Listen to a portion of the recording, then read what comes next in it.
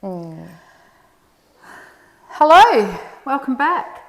Welcome back. We've already had a long conversation. We have.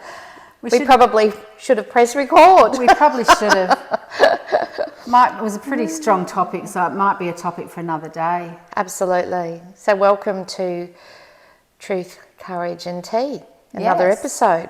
How was your week? What are we? How was your week, Lisa? Actually, my week was good. I have two grandchildren, and yesterday, and on one of the days, we pick our granddaughter up from school, and we go to a theme park after school just for something to do. And yesterday, she encouraged me to go on a couple of roller coasters that I didn't really want to go on, but I had to be brave for her and, try and role model some brave behaviour for our granddaughter. So I was glad though afterwards, because we went to Dream World up here on the Gold Coast, and I went on the King Claw, and I didn't really enjoy that one. Is the claw the one that goes up and back? Yeah, I didn't like that. And because they used to have the claw, which they got rid of, and they brought the King Claw in. So this one goes right up, and it's like, I think Paul said it's like zero gravity, and except that you've got, you're buckled in, it would be very unlikely that you would fall out. I like you say very unlikely. You feel like your bum comes away from the seat. So there was that one, and that just goes back. And then the other one was the Steel Taipan, which is a roller coaster, and round and round and round, which I would have gone on that one again afterwards.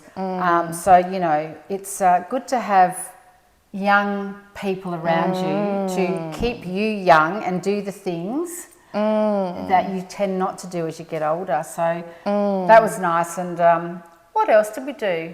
Bit of quiet week, actually. I've done a fair bit of cooking. And as you know, we've talked a little bit about this. I'm trying to make what I can at home. I have the time. I don't work.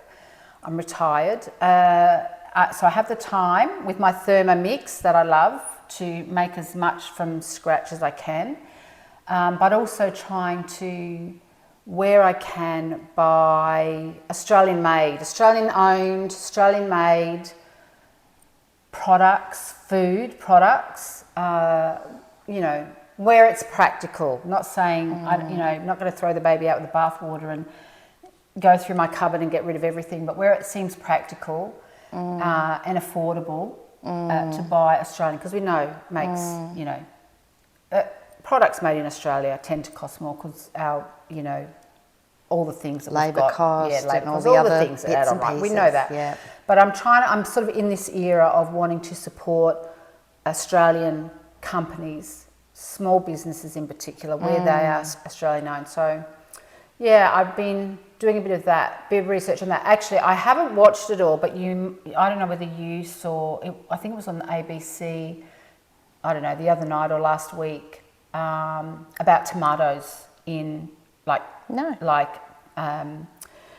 pasta sauces, all that sort of stuff, where these pasta companies, these sauce companies say that they're Australian, because the labelling in Australia is pretty wishy-washy. Very wishy-washy. And so they say that the products are from Australia, but they've done some investigation, and apparently they're suggesting, the ABC or whoever, allegedly, I don't know if you've got to say all these words that the tomatoes are coming from China, not from Italy or Australia.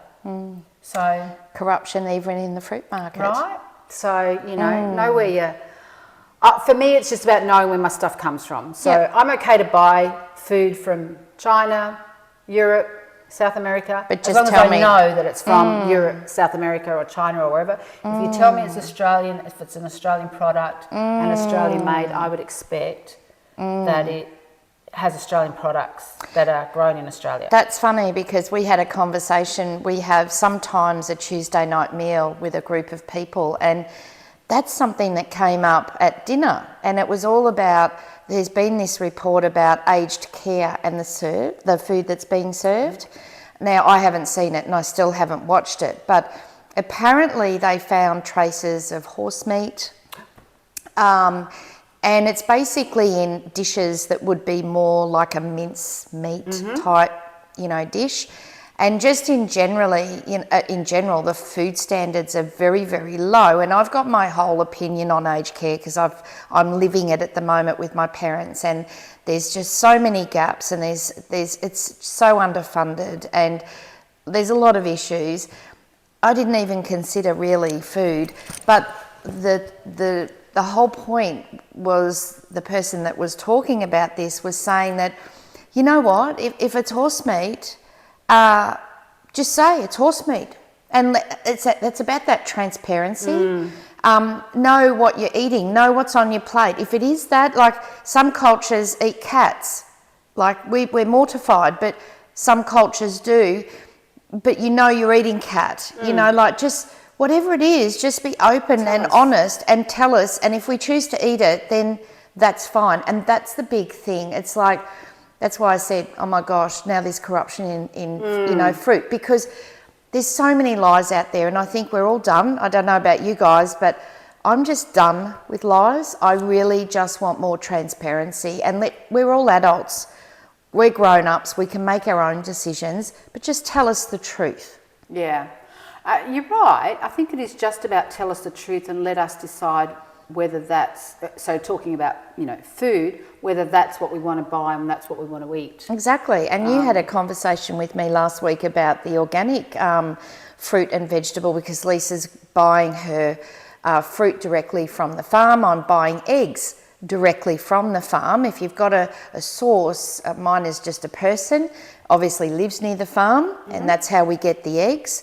And it's great because we get double yolk eggs, and every now and again there's a little chicken in an egg, because you wouldn't get that if you were buying them from, they don't have time. They don't have time to grow into a chicken. What do you mean there's a little chicken in the egg? Well, they actually had a little chicken, a baby chicken. I don't want to see a little chicken in my egg. Yeah, well, I haven't had one. But apparently, I remember as a little kid when I cracked an egg at my grandmother's, that there was this little chick, and it was very distressing for a child.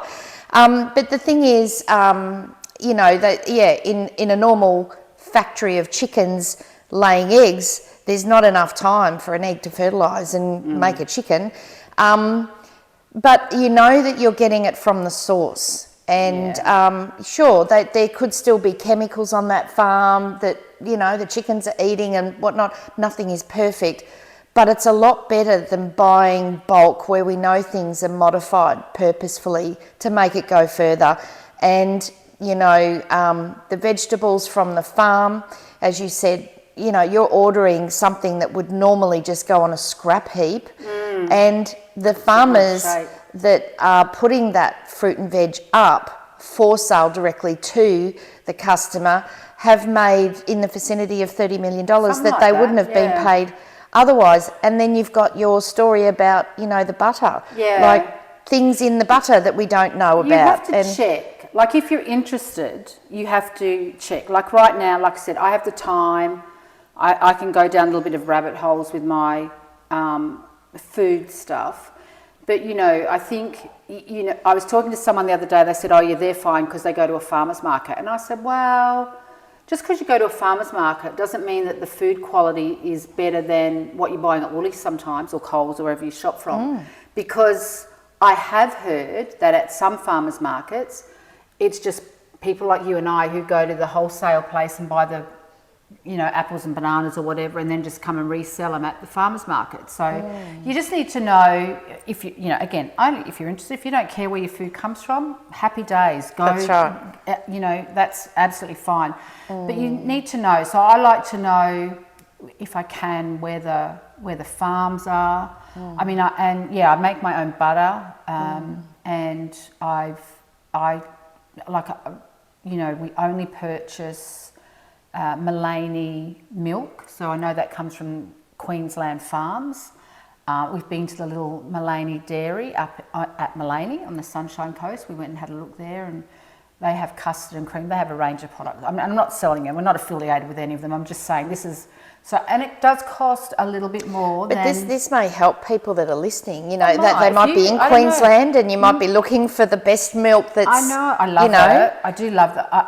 Actually, when we went to the Mullaney Dairy, this was not last year, the year before, I think, when the last time we went to the dairy, and I wanted to get some custard and cream and whatever. Anyway, went there, and they've just got a little shop there.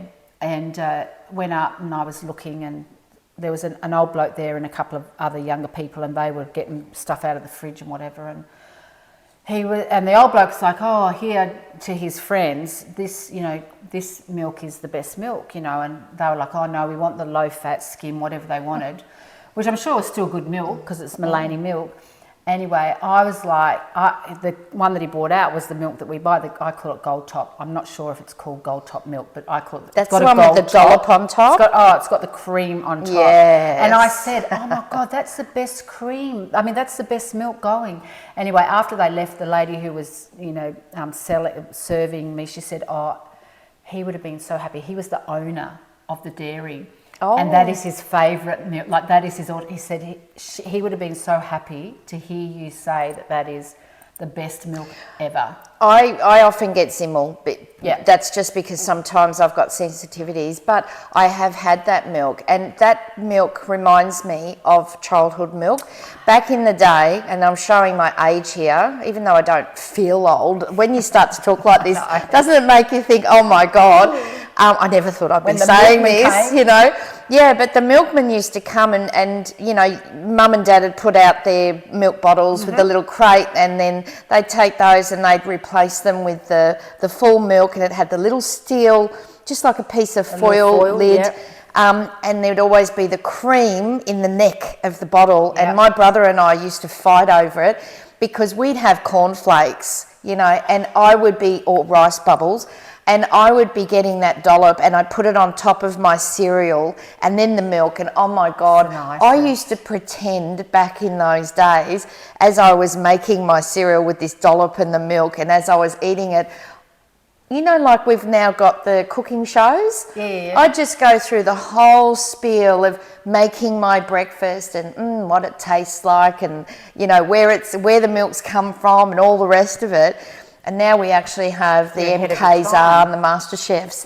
That was the best. It's the best milk, and that Mullaney milk reminds me of childhood. Yeah, and you can get other good Australian milk as well. But I like Mullaney. A, I like the milk, and B, I like it because it supports local farmers in Queensland, and we live in Queensland. So there's a few little things that I'm trying to change out. And so it's not about, like I said, changing out the whole pantry. It's about when you can, if you can, when it feels right and when it's practical and affordable. If you can swap something out, in our case for Australian, maybe you're from another country and you want to swap it out for your country's, produce. You might need to go down a little rabbit hole to find out where stuff comes from. Yeah, and it could just be one thing at a time, and that one thing at a time. So about 12 months ago, and I can't say we've religiously done this, but we refuse to buy our meat from Coles and Woolworths. Yeah. We go to our local butcher, and we're lucky in the village where I live, there's 2 really good butchers.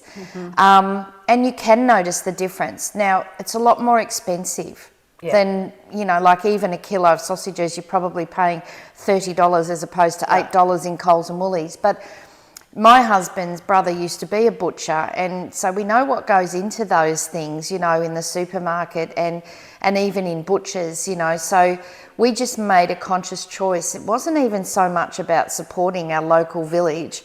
It was about us eating better quality food. So, if you do get all of your meat from the butcher, that sort of wipes out one big part of your, if you're a big meat eater, like you've just substituted something out that's quite substantial. And it's the same as your fruit and your veg. Yeah. If you substituted it out for, whether it's a tray where you've sourced, yes, it's really coming from a farm, not a wholesaler and all the rest of it.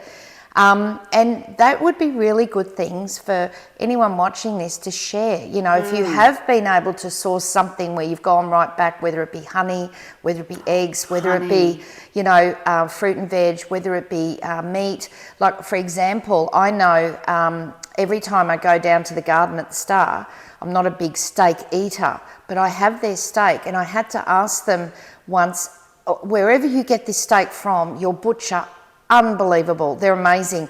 They actually drive 3 hours away to get that meat that they're serving in the garden, you know. So yes, we would love to know some links to wherever you're getting your, whether it be known organic, because I think we get a bit, well, I think we're lied to with organic as well. So you could just be paying more just for the name organic. But if you've sourced real organic, then share that with us. Share it. I believe the only real organic foods are if you grow them yourself and you know that you didn't put any pesticide or what's in your soil or what's in the environment around you. Because it's also, I don't know, I don't know what standards are for having something certified organic. I do not know. This is Lisa Organic certified. If I know that it's come out of the ground or from the ground where the soil is not being put with stuff and nothing sprayed. I don't know that even exists, to be honest. So you do the best you can do with what you know. But I get it. Some people are very conscious of everything they put in their mouth, and others don't care, and that's fine. And there are, I'm probably in between. Where I'm learning, trying to educate myself a little bit more. You may or may not agree with some of the things that I'm saying, but I find that I'm getting my meat from, and again, I go back and forth with meat because meat is very expensive. There's no doubt in Australia it's very expensive. Again, it could be everywhere as well. I'm getting my meat from Our Cow. So they deliver. I get it once a month, and I get some chicken and steaks and chops and mince and whatnots all through it. But again, from my understanding, the reason I'm doing that is because it comes from local farms. Now, local farms might be could be 6 hours away. Like I'm not talking about it's a farm half hour down the road, but it comes all like cryovac. Is it cryovac? All the air sucked out. And they deliver it. I pop it in my freezer, and it normally lasts us a month because we're not huge meat eaters, but we do eat meat. But again, it's more expensive than going to the local supermarket to 100%. Buy your meat. And so that's why people go to the supermarket. Only do it if you can, what's within your budget for sure. Because sometimes we do go back to Coles or Woolies, and I try and buy the organic stuff, even though I don't entirely believe it's organic, but I feel like it's better than the other stuff. I just think I think in general, in particular, Australians tend to overeat. So I'm more of the view that buy the quality and just have less of it and enjoy it. Like I think it is different, it tastes different, so it's about not rushing a meal and actually enjoying the meal, So if you've only got 80 grams of meat or 100 grams of meat, which is probably standard anyway, as opposed to something in the supermarket where you're just buying bigger. And I think that's where we think, value, it's bigger.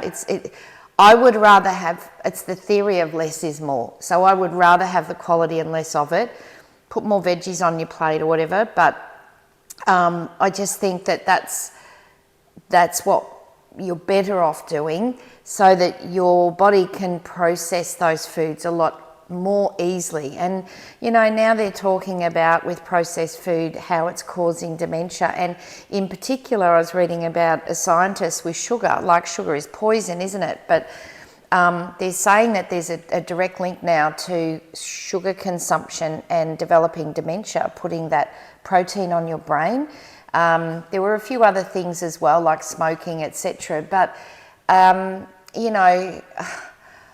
it's probably relevant to bring up in this conversation, because I think we've all seen the images of people back in the 70s that really ate like we eat now, as in like meat and veg or meat, veg, bread, dairy, whatever. The 5 food groups. Yet they were all slender, and now so much of the population is overweight.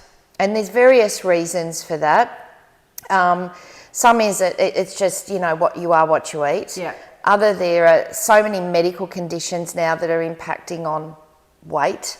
But yeah, you look at those images, and then you could look at a beach today and compare them, and it'd be nothing alike, and yet it's only maybe 5 or 6 decades ago. So there has to be something different, yes, in the food. And when you think the population globally is growing as rapidly as it is, my husband used to be a farmer, so food security was only ever 4 weeks. Basically, the world was always 4 weeks away from starvation. Now I believe that's less. So I see that there's a need, if we're all going to eat, we have to have a strategy in order to have enough food for everyone to eat. But at the same time, the food that we're eating with all the chemicals and the preservatives and the additives and all of those things, and including sugar, is probably one of the biggest issues. So we've been taught to have low fat, and obviously in low fat there's a lot more sugar.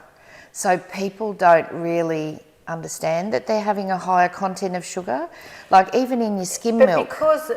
Because it's confusing. Because Exactly. You go out, there's this big thing at the moment. I don't know if you go to your local supermarket, because I have, and I've looked. Everything tells you now that it's got protein in it. Like it actually has it. Like there's so many foods. I'm like, everything's got like 20% protein, 20 grams of protein, or whatever the measurement is. And I'm like, what? So, like I eat my chicken, eat some fish, eat my veg, and I've got plenty of protein for the week. You know, I don't need to eat the highly processed muesli bar that is telling me it's got 15 grams of protein in it to get my protein. So I think but some people will. Some people will see that highly processed food and they will go, oh my God, it's got protein and I need 30 grams of protein a day, whatever. And that's right. Our labelling is, I believe, our labelling is very confusing in my opinion. That's why we're all confused. That's why we eat the way we do eat, because we've been confused at some time. Yeah. And for me, it's not until really I've had the time to be able to sort of sit down and go, hang on a second, you know, I love, sure, sugar is a poison, but I just made a yesterday was International Cheesecake Day, right? I made a cheesecake. I think I might have told you about my cheesecake before. In my Thermomix, if I've told you before, sorry, you'll hear it again. If you've got a Thermomix, go make it. Maybe not if you're a diabetic, I don't know, right? But it's got... Laced with sugar? It's got 7 eggs, it's got 350 grams of sugar, it's got a kilo, 1 kilo, 1,000 grams. Does that sound less than a kilo, even though it's the same? Of cream cheese.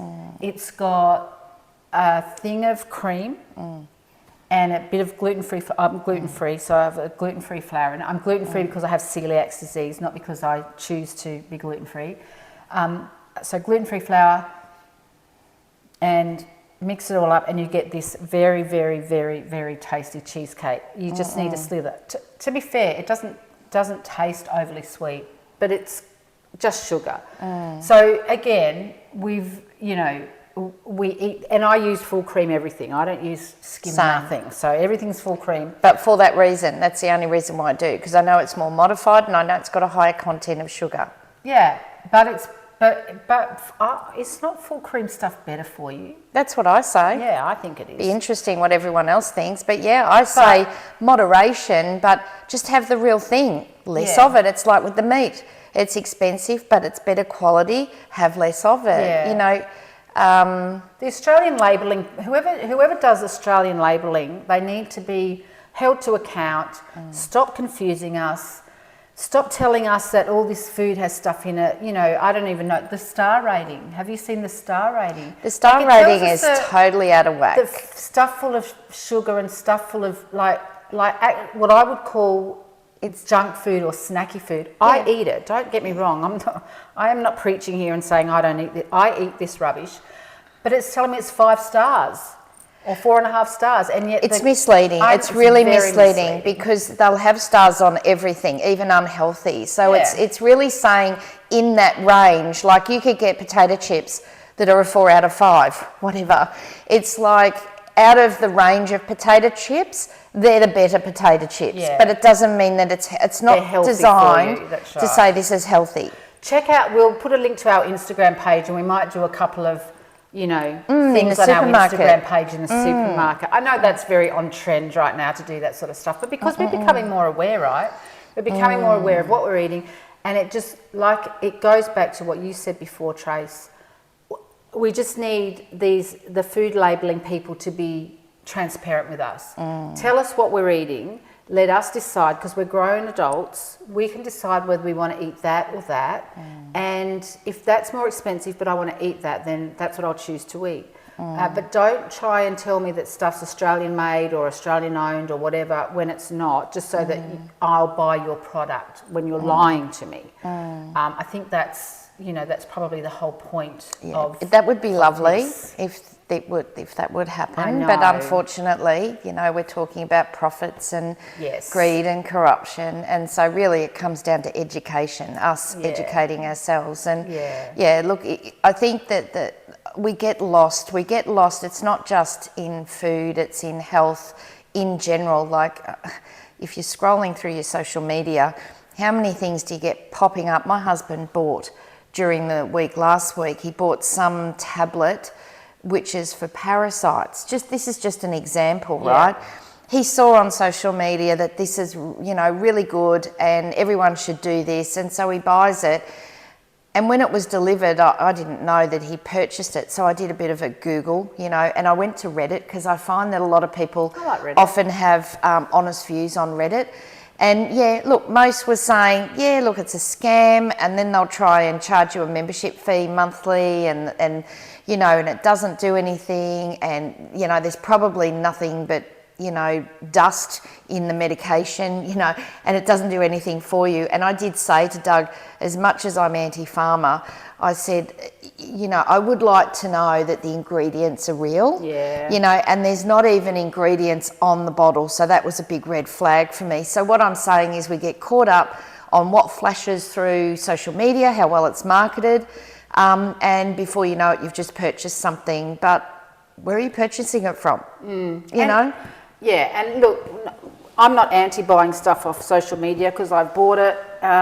But you have to sort of go down your own little rabbit hole, and you have to do your own research and just check out, because, even when you go down a rabbit hole, just because I watch something on ABC doesn't actually make it correct. Like, that's just the start for me. So you can't just, but you can go down those rabbit holes, or you can just go, you know what, I'm just going to buy what I buy, and I'm just going to eat what I eat. Yep. Because I'm going to die one day. That's right, because we're all going to die. We all end up in the same, well, we might not all end up in the same place, but we all end up dead. That's the reality. It's the only, I say now, I know, it's pretty morbid. It's not morbid, actually. We don't talk about death enough. That's another week's conversation. Yeah. But I always say the only guarantee in life is death. It's not even taxes anymore, because so many people avoid tax these days. So the only guarantee in life is death. So you can either go down rabbit holes or not. Entirely up to you. But social media when you're flicking, it's like, you never go to the grocery store when you're hungry, because you end up buying more. I think that's a fact. 100%. It's just a fact. I know, I've gone myself, and you end up buying more of the wrong stuff. Well, not wrong stuff, and there's no bad foods, I get that. But you end up buying more of the foods that you shouldn't necessarily be eating more of. They know how to market it, don't they? Well, when you're hungry, I'll just pick up that Snickers bar. Yeah. And I'll have it when I get out in the car. Yeah. So don't go to the grocery shop hungry. That's one good thing about when you get stuff delivered, is that it just gets delivered, whether you're hungry or not. There's none of the impulse buying. It's right. basically, what your list is off your list. And you probably do save money in that respect. Oh, I'm sure you do. I remember years ago when my kids were smaller, when our kids were smaller, and we, back in the day, I think we just used to go grocery shopping maybe once a week. I think years ago we used to go once a fortnight, but once a week, and that was it. You went once a week, and that food had to last you the whole week. And if it ran out, you had to wait until next Thursday when we went shopping. But now if it runs out, we just duck down the shop, just get that. We just, like we're at the supermarket every 5 minutes buying stuff. Yeah, and I remember a lot of that was to do with budget too, because I remember that, it was like, if you ran out, I remember having to make things in the fridge from leftovers, like my mum having to do that. Yeah. So that was all, being budget conscious. I mean, I don't recall, they probably did have, but not as readily available, my parents having, when I was smaller, and even when my kids were smaller, like we're talking, 30 years ago, we had credit cards and that, but not as readily available as credit is now. Yeah. But I'm pretty sure my mum and dad never had a credit card when we were young, so your money only went so far. Once it was gone, it was gone. Well, back in that day, your wages were in an envelope in cash, so yes, once that ran out, you had to wait until the next week, and that's probably the bad thing with credit cards and why people have ended up in so much debt, because $20 here, $40 there, $5 here, $7 there. People don't realise how quickly it adds up, and then all of a sudden they're like, oh my God, I've got $2,000 on my credit card. How did that happen? They're not, I don't have a credit card anymore. Sometimes I wish I did. It's good for a bit of flexibility, but it's not easy living without one. But it's a little bit like that. Once the money's gone, it's gone. You can't pull, a credit. But I do miss out on things because I don't have one, I haven't, well, this is probably a topic for another day. But I think that's what happens. I think back in the day, they didn't have the money to go to the shops every 5 minutes. Yep. And now we've just got everything accessible 24/7. I mean, you can ring up and get food delivered in an hour. And, I feel like this, which is good, but not so good. Conversely, my grandmother, she used to walk down to her village to get fresh every day. So it was fresh meat, fresh veg, a fresh loaf of bread. Well, we never had on Mondays at school, when I was at school, so we're talking, like I'm 61 now, so, a long time ago, on a Monday, we were allowed to order our lunch at school because we never had fresh bread on a Monday because the shops weren't open on a Sunday, and like baking didn't happen over the weekend. So we were allowed to buy or you had stale bread, or you had, I don't know, I can't remember, but I do remember that. We just didn't have the fresh bread on a Monday to have fresh sandwiches for school. So, we probably are a bit spoilt for choice now and availability, which is, again, not a bad thing. I'm not saying that's a bad thing, but, when you think about the foods we eat, how much of it we eat, and why we eat it, and, because we're seeing something and we go, I'm hungry, I've seen the ad on TV for KFC, I'm just going to Uber Eats KFC. I've never Uber Eats. I've never Uber Eats. Nor me. I've never Uber Eated. I won't. It's one of those things, I think I've mentioned the book that I read, Atomic Habits by James Clear. And it's one of those things, look, I just think if you got into that habit, if I actually did register and made it easy, then maybe I might have some unhealthy choices with that. So to make sure that doesn't ever happen, it really is about making bad habits as hard as possible and good habits, making them as easy as possible. That's really the simplest way to put his entire book. But it's hard to make them easy these days because it's hard to make bad habits hard because it's so easy. And that's my point. So I'm never going to register for Uber Eats. No, I've never had Uber Eats. I would rather just pull some eggs out of my fridge and just make up an omelette. Yeah, of course. I'm not saying I've not had junk food. I mean, I might have had some this week for sure.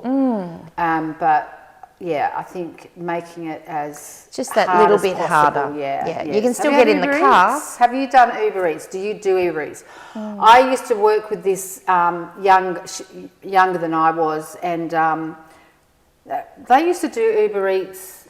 I'm going back a few years as well, like 3 or 4 times a week. I was like, what do you mean? Like, they would just ring up and Uber Eats their food to their place, and I'd be like that. I would just have eggs on toast. Same. Or not that I don't have 2-minute noodles normally in my cupboard, but I would have 2-minute noodles over going and. But what do you do Uber Eats? It's interesting. About 7 years ago now, would it be 7 years, 7, 8 years? I'm going to say maybe 8 years ago when I was in New York. That was with Ashley, my daughter, and my mum and some friends. And in New York, in the units there, they weren't building, because it's obviously, that it's a high density city, you know, people living on top of people. But in the units there, they weren't actually fitting kitchens. They might have had like a little kitchenette, but they didn't have kitchens because everybody in New York just had equivalent to an Uber Eat. They would just have their meals delivered every night. And some would say that it was actually more economical. Yeah, actually Paul saw I can't remember the name of the building in Surfers Paradise that's being built, and they're selling apartments now, and they are selling 1-bedroom apartments with no kitchen. And I suggest it's for that reason, because maybe you know, I always say younger people, but maybe more professional people, or maybe, I don't know, whatever, but maybe more people do when you live in those areas where you have access to restaurants and all that. Maybe that's a better choice. I was going to say, a couple of years back, I remember listening to this, I can't remember his name, but I follow him on Instagram, I think. Anyway, I don't know where he lives now, but at this point in time, he was living in Perth, over in Western Australia. And he did a bit of an experiment whereby he was living in the city of Perth, and he worked in Perth, and he decided to not have a car and just to like Uber everywhere. And I think over a 12-month period, it actually worked out cheaper for him to Uber than what it was to own your own car, petrol, drive, this, that, you know. And he had to equate like his time. He equated like his time and all that, what the value of his time was and everything. And I think I mentioned the other week when we were talking about, I don't even know what we were talking about, but I think I might have mentioned something like, you know, some people think that owning your own home is overrated, because there've been research done where it shows that for some people, you're better off renting for your life. I mean, you don't have an asset at the end for sure, but in terms of cost, like upfront cost, you're better off renting for your life than buying a home, because there's less whatever. So, you know, I guess it's about what fits your circumstances, and if you don't want a kitchen. Yeah, and it just highlights, like, I think people they're not curious enough, and they don't sit down and do sums and figures, and they just do what the next person does. Yeah, well, I think that's, you know, you just don't think of it. You just don't. Yeah, or is it that you don't care, or is it just that, you know, you just do what everyone else does? Because there's sometimes a better way. Like, for him, that might have been a better way. For him, but that's right. If but someone lived, else, you know, further out, then that may not be a better way. Absolutely. But it's just weighing up everything for yourself. You've got to do what's right yourself. for you. Yeah. And at your period, like I said, for me, I have the time now to, you know, to spend a little bit more time investigating where my food's coming from. I mean, I'm not over the top, don't get me wrong, I'm not over the top. I mean, if I need to go to Woolies and buy a steak or some potatoes, that's where I'll go. But I've got the time, and there would have been a period of time in my life when the kids were younger, when I was working, all that, where I didn't have the time and I didn't really care. I'd just go to Woolies or Coles or wherever get my shopping, go home, put it away, 100%. and go, that's done for the day. So I think, yeah, you go through, and then when you find what's right for you, it's what just, works. yeah, it's just raising awareness. So, you know, for people, there were times when I would buy those takeaway meals and I'd be looking for the calories and the, you know, the healthiest version, without actually getting to the point where I am now, where it's just like they're all unhealthy.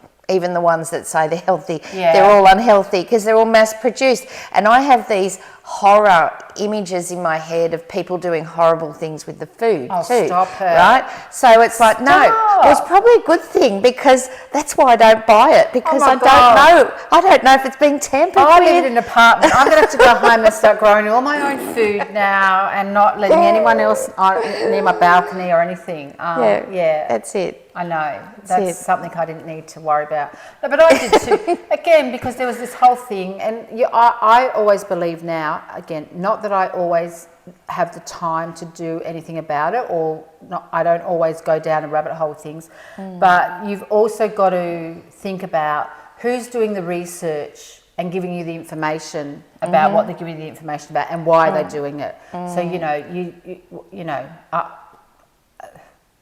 know, who's telling you what to eat and what not to eat, and why they're telling you to not eat that versus to eat that. And it's not just at a high level. You know, there's a lot of YouTube stuff that says, you know, don't get your bread from here and there and here and there. Yeah. Because based on their research, that bread is not what it's presented as, you know. So, yeah, look, I think just like everything, we overcomplicate things, and at the end of the day, we just need food to survive. That's really, right.